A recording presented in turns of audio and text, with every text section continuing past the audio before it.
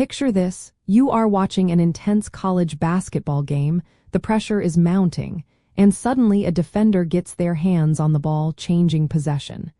Was that a steal, or was it simply a turnover? It is a great question to ask. Yes, a steal can absolutely be confused with a forced turnover because both result in a change of possession due to defensive action. However, the crucial distinction lies in the official scoring criteria, which focuses on whether the defender actively gains possession through an intentional defensive play, or if the offensive player simply loses control due to pressure. The core mechanism behind this distinction comes down to active versus passive defensive impact. A steal is specifically credited to a defensive player when they successfully take the ball away from an opponent who had possession or was attempting a pass or shot. This means the defender used skill and effort to intercept a pass, strip the ball from a dribbler, or gain possession immediately after a loose ball caused by their direct defensive effort. Conversely, a forced turnover occurs when an offensive player loses possession due to defensive pressure, but the defender does not immediately gain possession. Think of a pass that goes out of bounds because a defender was closing a lane, or a player stepping out of bounds while being guarded tightly. To help you differentiate between these two game events, consider the immediate outcome.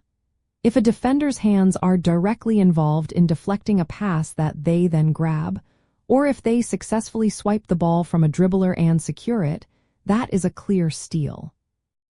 If, however, a player throws a bad pass because a defender was in their face, or if a player rushes a shot and it bounces out of bounds after being tightly guarded, those are usually classified as turnovers where no specific steal is credited.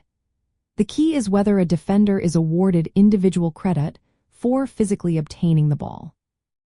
Understanding this subtle difference allows you to appreciate individual defensive prowess more accurately. A player with many steals is consistently demonstrating active, ball-hawking defense, indicating their ability to disrupt offensive flow and create fast break opportunities. In contrast, while a team's overall defensive pressure might lead to many turnovers, only some of those will involve a credited steal, highlighting the direct impact of specific defensive plays. Knowing the specific criteria for a steal versus a general turnover helps you better assess individual player performance and a team's defensive strategy. It allows you to see beyond just the change of possession and understand the precise defensive action that created it, giving you a more informed view of the game.